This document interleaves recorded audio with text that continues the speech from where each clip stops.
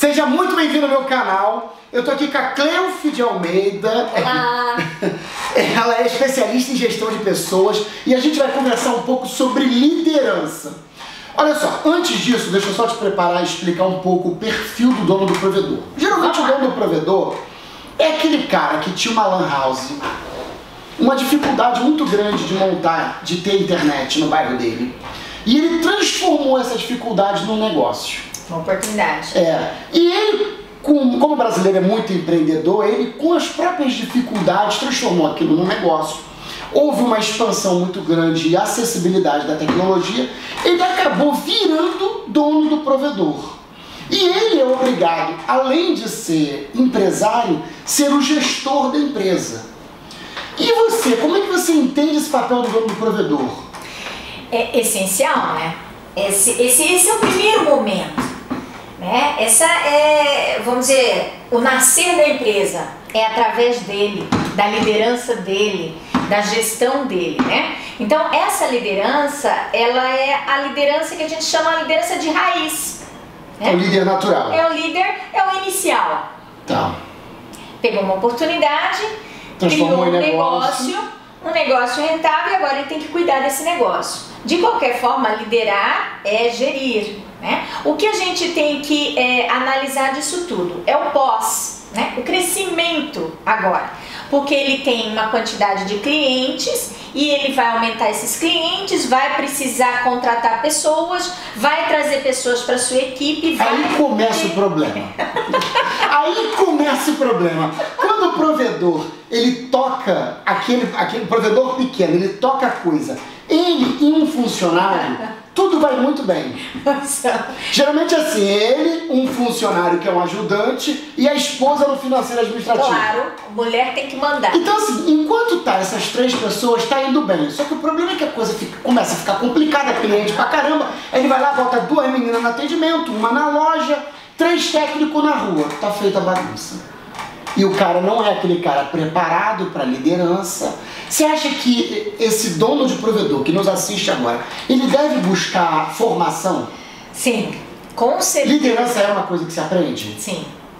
Nós temos algumas características que nos favorecem a sermos líderes natos. Tá. Algumas características. Tem gente que não leva jeito pra coisa? Tem.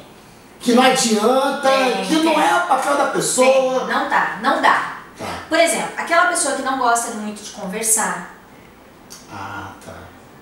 Porque a comunicação é essencial no líder. Ele precisa do autodesenvolvimento. Veja, não é fazer curso de liderança que vai me tornar um líder assertivo. Ah, não? Não. Eu buscar autodesenvolvimento. Quem é a Cleuf? Como é que eu lido com o emocional, com os problemas, com as situações da empresa? Como é que eu lido com isso? Em um determinado momento eu sou tranquila, outro eu sou explosiva, outro eu já mando alguém para algum lugar e não quero saber. Um dia eu tô bem na empresa, outro dia eu chego amarga, outro dia eu chego... Então a liderança é uma arte de fazer uma autoavaliação. Autoconhecimento. É autoconhecimento. Autoconhecimento. Então o cara fazer um curso de líder talvez não ajude muito. Mas Não, se ele vai ter fizer uma técnicas. terapia e Talvez. se conhecer melhor, talvez ele seja o melhor líder. Mas eu não vou falar terapia, porque senão quem está te assistindo fala assim, daqui a pouco eu vou ter que contratar psicólogas. Aliás, eu não sou psicóloga. Então assim, veja, não é isso. É cursos de autodesenvolvimento. Por exemplo, eu vou citar um aqui, que talvez as pessoas não conheçam, mas digitando no oráculo Google vai saber. Enneagrama, que é o estudo das características e perfis das pessoas. Então assim, eu sei qual é o meu enneagrama. Então eu sei que eu tenho um limiar ali que vai ultrapassar o meu equilíbrio emocional e que eu posso ter algumas atitudes não coerentes com as pessoas. Então eu me cuido. Sabe que eu li aquele livro, O Monge Executivo? Adoro. E eu tirei uma lição muito... De cabeceira esse livro, para líder de cabeceira. Aí eu tirei uma lição muito bonita daquele livro, né? Não, quer dizer, claro que o livro é realmente bonito, que conta a história do empresário, que ele vai vira monge, etc. Mas assim, o resumo que eu tirei daquilo, aquele extrato que eu tirei daquilo é o seguinte: quando a pessoa faz a coisa com paixão, quando você tem amor pelo que faz. Isso contagia nas pessoas que estão em volta. Também. Isso é essencial. Agora sim, do monge ao executivo. O que tem que ficar para nós é assim, ó, qual é a diferença entre autoridade e poder? A autoridade é a minha atitude, os meus valores, a minha ética, o meu respeito com as pessoas, a minha tratativa, a minha forma de comunicação, as minhas, a transparência, né, as minhas verdades, mas através da comunicação e da transparência. Isso vai gerando no outro que eu tenho uma autoridade daquilo que eu estou falando. O que o líder precisa ter? Autoridade? Agora, autoridade, poder não. Ah, então o líder precisa ter autoridade, não ter poder. Não ter poder. Toda vez que você se aproximar de alguém e for falar para essa pessoa, faz, se não, se você usar o se não, você senão tá vai ser mandado embora. Exatamente, a maioria, né? Já perdeu a credibilidade. Não, você está usando um poder de coerção com o outro. Você está usando um poder e não a sua autoridade. Não autoridade. Você diz como faz, mas as pessoas têm que entender o porquê que você faz daquela forma. O que você quer com aquilo. Né? Para que elas estão fazendo aquilo.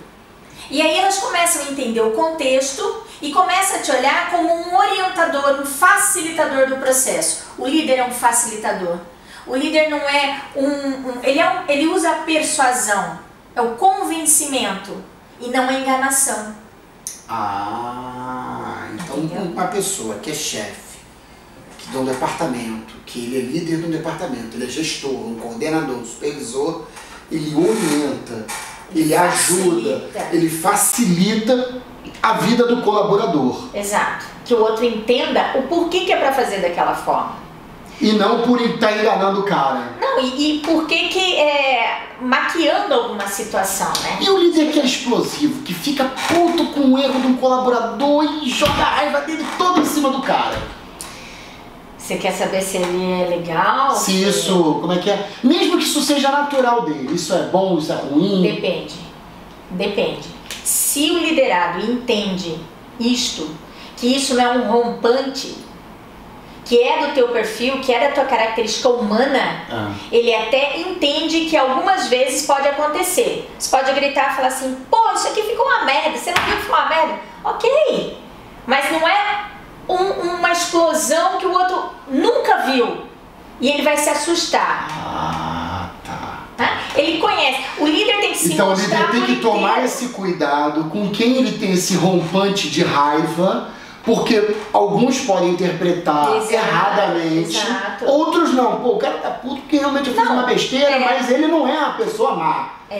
E assim, é uma coisa bem legal, Ana, que eu acho que as pessoas devem se policiar, ok? O líder deve se policiar. É uma frase que eu digo que todos os líderes devem fazer para si. O que eu fiz ou o que eu deixei de fazer para acontecer o que aconteceu. Não, isso a gente sempre se pergunta, né? A gente que é gestor, a gente sempre pergunta, mas onde que eu errei, cara? Por que esse colaborador não faz as coisas como devem ser feitas? Não é isto. O que eu fiz ou o que eu deixei de fazer. Entenda, todas as situações, primeiro que o líder deve ter no seu ferramental as reuniões semanais. Reuniões essas, por favor, não de 2 horas, mesmo sem pauta? Sim de 15 minutos, mesmo sem pauta. Só para ouvir a galera. Mesmo sem pauta. Eu preciso Por departamento? Por departamento. Eu preciso ouvir. Eu preciso saber o que está acontecendo. Eu preciso saber, eu preciso estimular a buscar soluções. Aí vamos supor que o departamento tenha um chefe. O gestor faz a reunião com o chefe junto ou tira o chefe? Aí que tá, depende.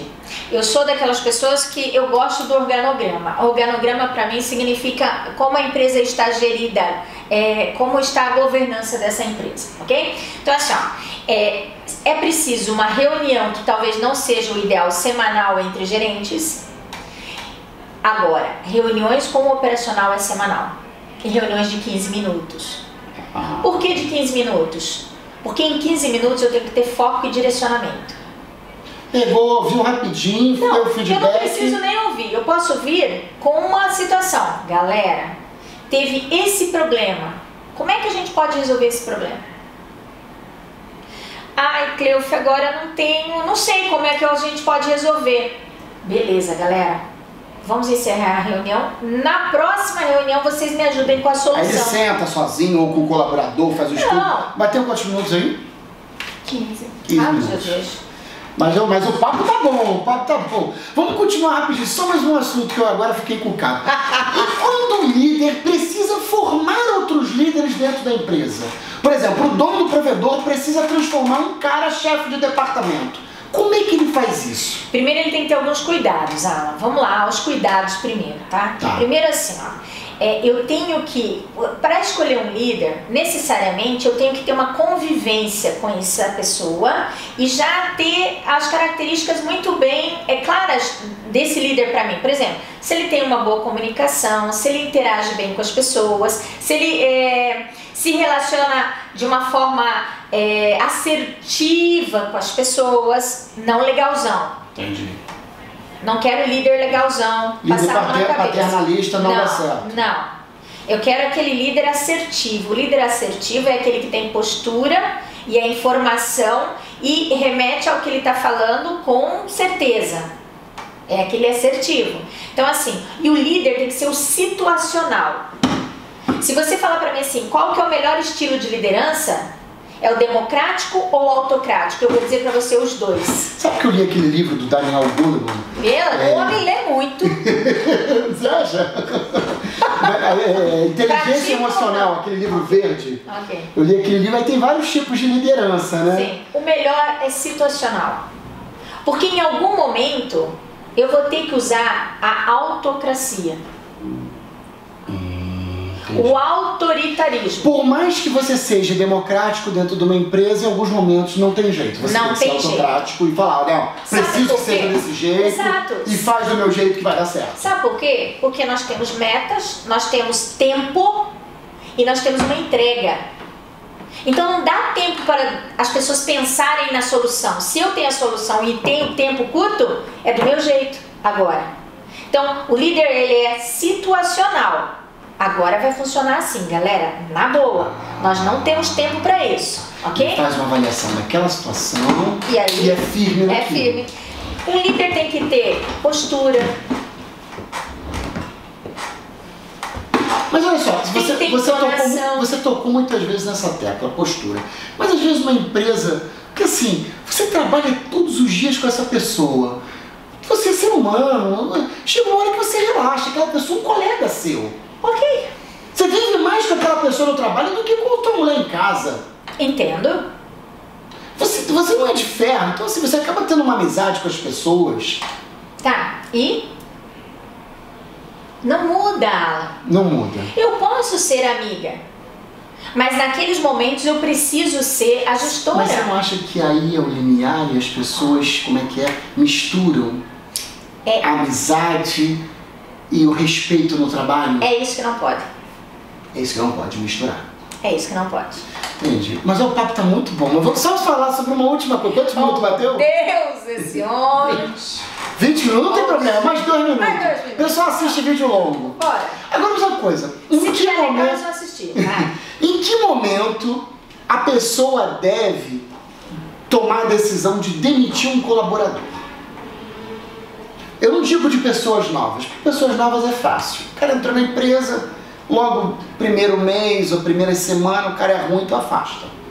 Mas quando a pessoa já está um tempo na empresa, aquele colaborador, porque depois de um tempo na empresa a pessoa sabe para onde que ela cresce, para onde que ela não cresce. Essa empresa aqui não tem muito se tem desafio, se tem desafio, se não tem. Por mais que a gente implante todo esse sistema, nem todo mundo tem condição de contratar sua consultoria, nem todo mundo é um empresário assim tão magnífico a ponto da empresa dele ser tão prazerosa e dizer assim, pô, nossa empresa é uma maravilha para os colaboradores. Muitas empresas não são, inclusive as empresas que nos assistem.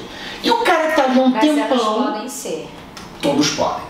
Mas aí o cara tá ali um tempão, chega uma hora que o cara começa a cagar e andar, o cara já não tá mais nem aí pro trabalho, procrastina a tarefa. Qual é o momento que o gestor da empresa tem que pensar, agora não dá mais, tem que demitir? Agora. No momento que ele fez essa avaliação que você acabou de me falar, é o momento de cisão. Então, agora eu vou te quando o gestor começar a achar que tem que demitir... Não, aí você falou a palavra certa. Não é achar. Por A mais B, os resultados não estão sendo condizentes com aquilo que eu espero. E eu ter isso claramente para mim. Porque assim, na hora de demitir, eu vou ter que ter argumentos para. Você acha que o correto é ser sincero com a pessoa na hora de demitir? Exatamente. Que muitas empresas não são, né? Não, tem muitas empresas dizem assim, contenção de custo, não sei o quê. Ou o cara não demite diretamente, manda a menina do RH demitir, ok, mandar mas demitir, assim, não sei o que. de qualquer forma, a dor é a mesma. Vou ser mandada embora. Cabeças vão rolar. Ponto. Agora, eu acredito que seria de bom tom da organização falar os porquê. Entendi. Ah? Trate os outros como você gostaria de ser tratado. Se você gostaria de ser tratado com sinceridade, quando demitir alguém, seja sincero também. Cara, não dá resultado. Tá dando problema. Não segue o padrão de qualidade da empresa. Não está entregando o que está sendo esperado. É o motivo mais que pautado para se mandar embora. Inclusive colaboradores antigos que desarmaram. Claro. Você não acha que às vezes pode acontecer uma certa incompreensão da parte do dono? Vou te falar uma coisa bem assim clara com você. Empresa nenhuma tem que ser responsável pela carreira de ninguém. Você não é colaborador, você está.